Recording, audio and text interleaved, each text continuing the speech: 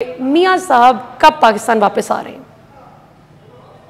देखो जी, तारिक फजल चौधरी साहब को अल्लाह सब्र दे। बहुत बड़ी ट्रेजेडी हुई है, जवान बेटे का जाना इस तरह। तो मैंने देखे हैं जिन जिन के साथ ऐसे सदमात हुए हैं, उनके जख्म जो है उनकी फैमिली के उम्र भर मुंतमिल नहीं होते। तो ये है ट्रेजेडी। अल्लाह उनको सब्र दे और बच्चे को जन्नत फिरदौस में जगह अता फरमाए। मियां साहब इंशाल्लाह कुछ चंद हफ्तों की बात है, आ जाएंगे आप। और पहले भी ये तयशुदा प्रोग्राम है, तो मेरा ख्याल it will be around last week of August या इसके करीब करीब इंशाल्लाह इल बी है। तो चूंकि जो तयशुदा प्रोग्राम है उसमें इलेक्शन कैंपेन भी उन्होंने ही लीड करनी है, और बाकी सारे जो ऑन ग्राउंड प्लान जो बना है उनको भी उन्होंने स्टडी भी कर रहे हैं, रूज भी कर रहे हैं। मैनिफेस्टो भी उन्होंने देना है, जो नया मैनिफेस्टो है, और जो जो इनएडिक्वेसीज रही हैं उनको भी उन्होंने एड्रेस करना है। और जो जो एक तरह से वाक़यात हो गए IMF के वजह से और उस एक सॉवरेन एग्रीमेंट को बिट्रे करने की वजह से जो आपने अभी महंगाई की बात की है, इसमें कोई शक नहीं है। ये जो अनब्राइडल्ड इन्फ्लेशन है, इतनी स्काई रॉकेटिंग प्राइसेस जो है काबिल बर्दाश्त नहीं है। इसलिए ये बहुत बड़ा इशू है। इन सबको एक्सप्लेन भी उन्हें नहीं करना है और बताना भी है, और इंशाल्लाह क्योंकि उनकी एक क्रेडिबिलिटी है विद पीपल, और हर दफ़ा 3 दफ़ा उनको मौका मिला है और तीनों दफ़ा उन्होंने परफॉर्म किया है। आपको याद है पहली दफ़ा 8% ग्रोथ थी 91 से 93 तक, और मनमोहन आया था खुद इसको स्टडी करने के लिए कि क्या हुआ है। उस मॉडल को उसने स्टडी किया था और फिर मॉडल कामयाब हुआ। लेकिन हमारे नाकाम इसलिए हो जाता है कि ताले अज़मा और आ जाते हैं और वो कंटिन्यूटी को ब्रेक कर देते हैं। एक तसलसल की जरूरत है, एक सर्टेनिटी की जरूरत है। तो इस वजह से इसलिए हाँ जी, इसमें कोई शक नहीं है, इसमें कोई शक नहीं। आपने मनमोहन साहब का जिक्र किया। मनमोहन सिंह साहब से मुझे याद आता है कि भारत ने भी IMF के पास जब रुजू किया और उनसे कर्जा लिया, तो ये सिर्फ एक दफ़ा भारत को IMF प्रोग्राम में जाना पड़ा, और वो भी उन्होंने अपना जो ड्यू डेट थी उससे बहुत पहले उसको फिनिश करके आइंदा कभी ना जाने का अहद किया और उस अहद को पूरा किया। जबकि पाकिस्तान 23वें IMF प्रोग्राम में जा रहा है, और जो अभी सूरत हाल हम देखते हैं इसमें आप किस हद तक अपनी जमात को भी जिम्मेदार समझते हैं? अभी आपकी जमात से ये बड़ा शिकवा किया जाता है आपकी मौजूदा हुकूमत से। आपसे अगस्त का प्लान भी पूछेंगे कि मियां साहब की वापसी के अलावा और क्या प्लान्स हैं तयशुदा, लेकिन ज़रा ये बताइए कि जिस तरह से मिफ्ताह इस्माइल साहब को रिप्लेस करके इसहाक डार साहब को लाया गया, उसको आप किस तरह देखते हैं? मेरी असल ने जी बात यह है कि आपने जो बात कही मनमोहन की, उस वक्त 2.1 बिलियन डॉलर्स थे उनके किटी में फॉरेन एक्सचेंज, इतने बड़े मुल्क के। ये कैफियत थी उनकी 91 में। और फिर उन्होंने ये काम शुरू किया जिसकी मैं बात कर रहा हूँ, वो है कंटिन्यूटी, एक तसलसल। वो क्यों कामयाब हुए? वहाँ कोई काले आजमा नहीं आया, वहाँ कोई वो जनरल जहीरुल इस्लाम नहीं था, कोई जनरल पाशा नहीं था, कोई जनरल बाजवा नहीं था, कोई जनरल रहीस शरीफ नहीं था, कोई मुशर्रफ नहीं था। वो अपना अपना काम करते थे। ये तो हर दफा उठते ही अब कुछ थोड़ा सुकून आया है इनकी कि अल्लाह करे ऐसे ही चलता रहे, ये अपना अपना काम करते रहे। अपना काम तो करते नहीं है, हमेशा यही हर जो इनका सीनियर आदमी होता है उठ के सुबह कहता है ये भी फेल हो गया, ये भी फेल हो गया, ये भी फेल हो गया। बाबा अपना काम करो, छोड़ो। और आप बड़ी तरफ सुकून हो गया, ਤੁਹਾਡੀ तरफ सुकून हो गया, तो PTI की तरफ बेसुकूनी हो गई है जी। वो किसी एक तरफ बेसुकूनी रहती है। देखिए मेरी बात सुने, एक राना सनौला एक बात किया करता था, लोग बहुत ज्यादा रिएक्ट भी करते हैं।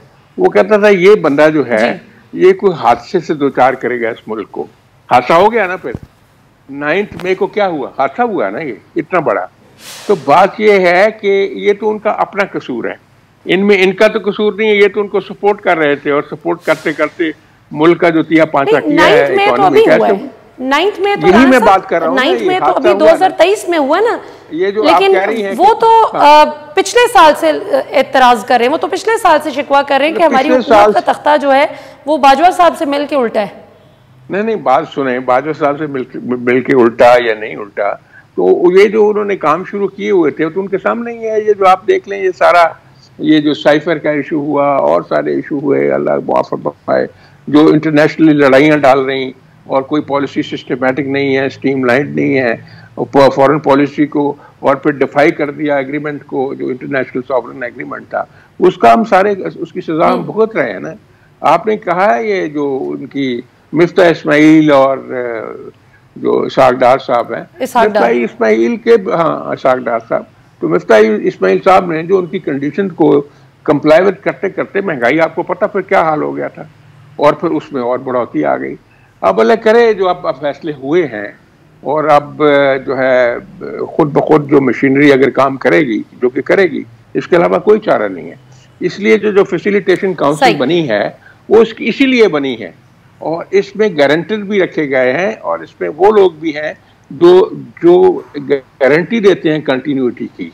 इसलिए उन्होंने आर्मी चीफ को इस कमेटी में रखा है कि चलो पॉलिटिशियन तो आते जाते हैं, ये इंस्टीट्यूशन तो रहता है ना कि कंटिन्यूटी होनी चाहिए। बिल्कुल सही, जी कंटिन्यूटी बड़ी जरूरी है। अब हम जरा राजा आमिर अब्बास, बिल्कुल जी राजा आमिर अब्बास साहब को शामिल गुफ्तगू करते हैं। राजा साहब आपने राणा साहब की गुफ्तगू सुनी, इसमें कोई शक नहीं कि जब हम पाकिस्तान और भारत की या किसी भी दूसरे मुल्क के साथ जब हम अपनी मईशत का तकाबली जायज़ा लेते हैं तो ये तो बात है कि दूसरे ममालिक बेशक जमहूरियत के बहुत नारे ना लगाते हों, वहाँ पे जमहूरियत के नाम पे इलेक्शन बेशक ना होता हो, इलेक्शन मैनिफेस्टो में बड़ा बड़ा डेमोक्रेसी ना लिखा हो उनकी जमातों में, लेकिन ये ज़रूर है कि वहाँ पर जमहूरियत के तसलसल बरकरार रहे हैं ज़्यादातर ममालिक जो हम देखते हैं जिन्होंने तरक्की की।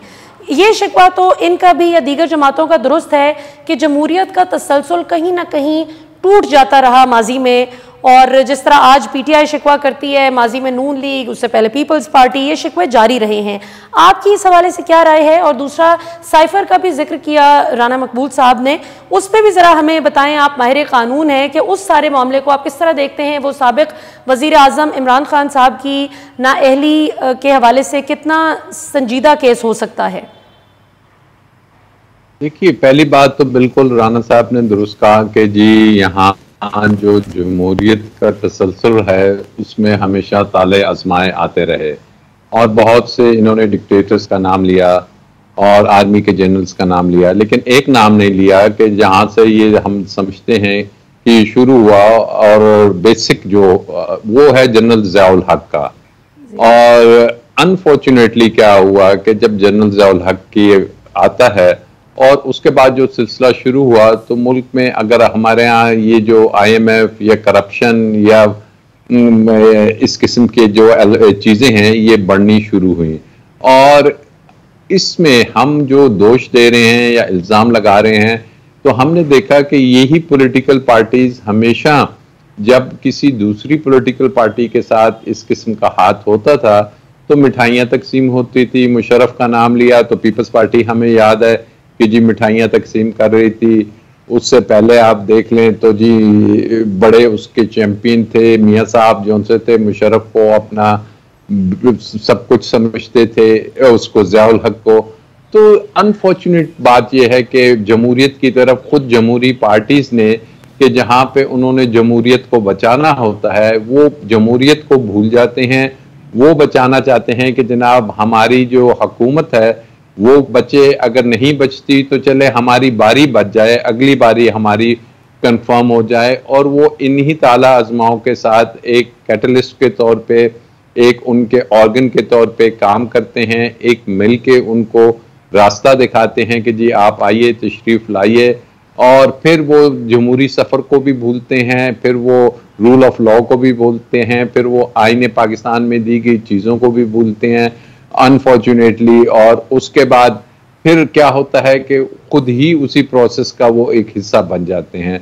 तो इसमें जो भारत की बात है कि भारत में तो डेमोक्रेसी जो सी है वो एक ट्रू सेंस में है कि जहाँ पे अवामी मैंडेट को माना जाता है। हमारे यहाँ ये है कि जनाब एक तो टू पार्टीज थी, टू पार्टीज के बाद जब थर्ड पार्टी आ गई तो थर्ड पार्टी के आते ही इन्हें बड़ा एक अजीब सा इस मुल्क में लगा कि ये जो मरूसी सियासत है, इस मरूसी सियासत के अंदर एक ऐसी पार्टी ओरिजिनेट करके आ गई कि जिसको अवाम की पजीराई मिल रही थी और अवाम ने एक ऐसा रास्ता ढूंढा कि जी चले अब हम इससे हट के थोड़ा सा चलते हैं। लेकिन वहां पे हमें क्या नजर आया? हमें नजर आया कि जी वो दोनों पार्टीज जो पाकिस्तान पीपल्स पार्टी या मुस्लिम लीग नून एक दूसरे के खिलाफ 180 डिग्रीज थे सारी जिंदगी उनकी पॉलिटिक्स एक दूसरे के खिलाफ थी और नजरिया भी खिलाफ था। वो इस ताले आजमाई में फिर ना सिर्फ वो दो पार्टीज, बाकी भी 13-14 मिलती हैं और फिर वो उस जमहूरी तसलसल का उसको दोबारा से ख़त्म किया जाता है और फिर से एक ऐसा सिस्टम लाया जाता है कि जी कुछ भी हो जाए, आइन कुछ भी कह दे, अदालतें कुछ भी कह दें, हमने जौन सा है एक ऐसे प्रोसेस में जाना है कि जिसमें ज़ाती हमारी चीज़ें सर फहरिस्त होंगी, प्रायोरिटीज हमारी क्या होंगी। आपने महंगाई का जिक्र तो किया, पीडीएम की हुकूमत आई तो महंगाई ख़त्म करने के लिए थी, लेकिन अगर आपने असेंबली में देखा हो तो असेंबली में महासवाए वो एक ऐसी कानून साजी करने के पीछे लगी रही कि जिससे उनके केसेस ख़त्म हो,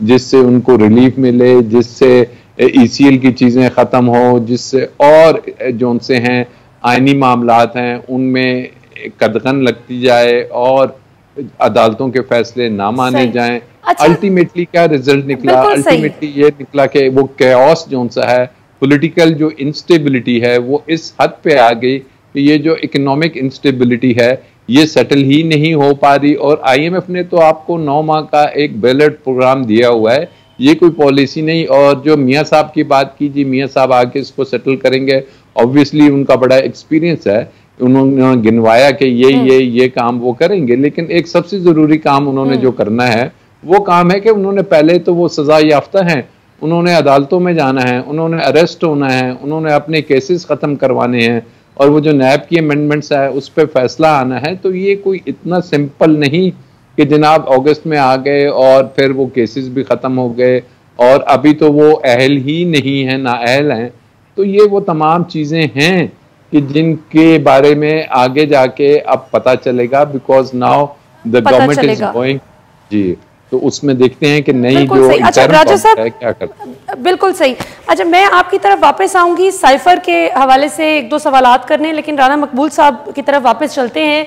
राना साहब, आपने राजू साहब का तज्जिया सुना, आप इस पे भी अगर रिस्पॉन्ड करना चाहें। और दूसरा साथ में एक सवाल भी क्लब करना चाहूँगी साथ में कि अभी जो सारी हम सूरत हाल देखते हैं, जो बुनियादी इंसानी हुकूक की पामाली का बड़ा इल्ज़ाम आप लोगों की हुकूमत पर लग गया है और क्लियरली जिस तरह पुलिस जो कुछ कर रही है, जिस तरह लोग शिकायत कर रहे हैं, पीटीआई के वर्कर्स भी, सपोर्टर्स, कि चलें ये तो हम सब यूनानिमसली कहते हैं कि 9 मई के वाक़यात जहाँ जहाँ भी हुए पाकिस्तान भर में, उन सबको कैफरे किरदार तक पहुंचाया जाए, भले कोई सिविलियन बिल्डिंग का नुकसान किया हो या मिलिट्री तनसीबात हो, इसमें तो कोई ये मजाक वाली बात नहीं।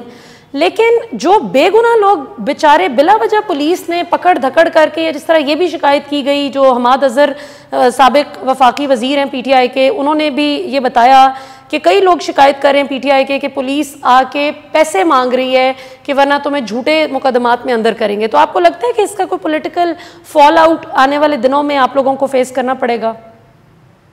मैं राज साहब ने काफ़ी लंबी बात की है, ये बड़े आलिम फाजिल हस्ती हैं, हम इनकी इज्जत करते हैं, लेकिन 2-3 चीज़ें अगर मुझे इजाज़त दें तो मैं इस पर बात करना चाहता हूँ। जी, वो कहते हैं कि जजेस के फैसले नहीं मानते, ठीक है, तो क्या साकिब निसार के फैसले मान लिए जाएं?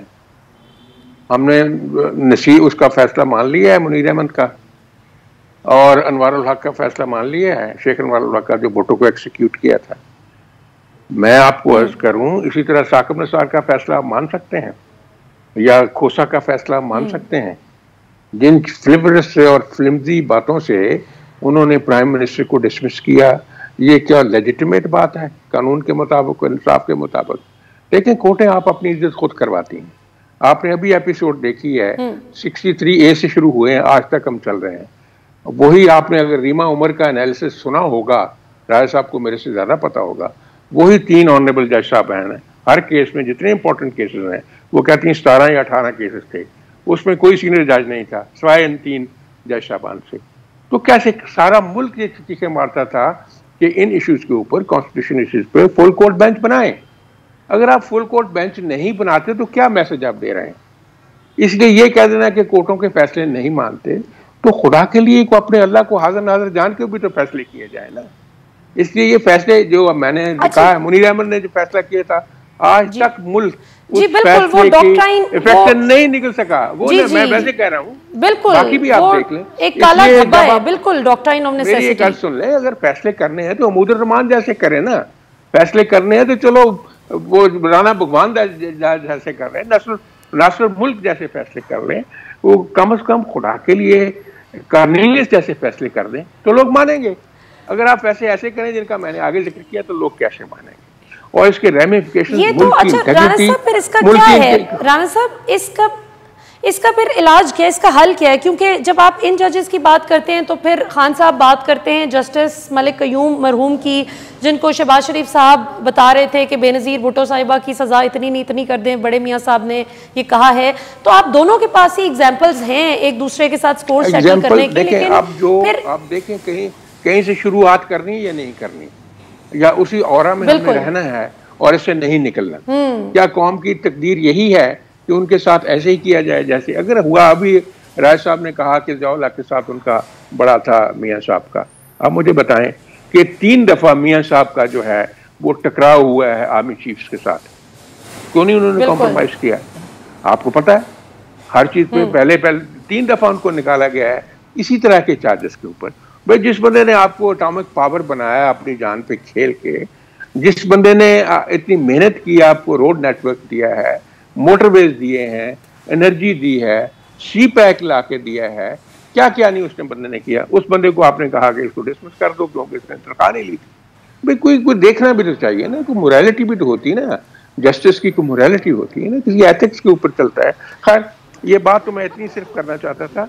जो आपने ये कही है लॉ के बारे में और पुलिस की हैरेसमेंट के बारे में, हर केस को स्टडी किया जाना चाहिए, इन्वेस्टिगेट किया जाना चाहिए। अगर बात ये दुरुस्त है तो उन पुलिस ऑफिसर्स को सजा देनी चाहिए जो ये कर रहे हैं, वो किसी सूरत इजाजत नहीं देंगे। और एज ए प्रिंसिपल जो मीटिंग में मैं देखता हूँ, कहा यह है कि जी आप किसी बेगुनाह को you not touch him even with a long pole, और जो गुनहगार है उसको आप, जैसे आप कह रहे हैं, उसको आप स्पेयर न करें। तो इंसाफ तो तभी होगा ना जी कि इसके साथ किसी के साथ ज्यादती इंसाफ तभी होगा। बिल्कुल मैं बिल्कुल सही। एक और अर्ज करता हूँ, आप ये जो एक और इसका हल है, क्योंकि इनके पास माशाल्लाह बड़ी कोर ऑफ लॉयर्स है, सब कुछ बहुत बड़े वकील हैं, तो जहां जहां ये देखते हैं ऐसी, तो अदालतों में जरूर इनको जाना चाहिए। जहां समझते हैं कि इनको रिलीफ नहीं मिल रहा, उनकी कमांड रिलीफ नहीं दे रही, they must approach the courts कि इस पुलिस ऑफिसर ने हमारे साथ ये किया।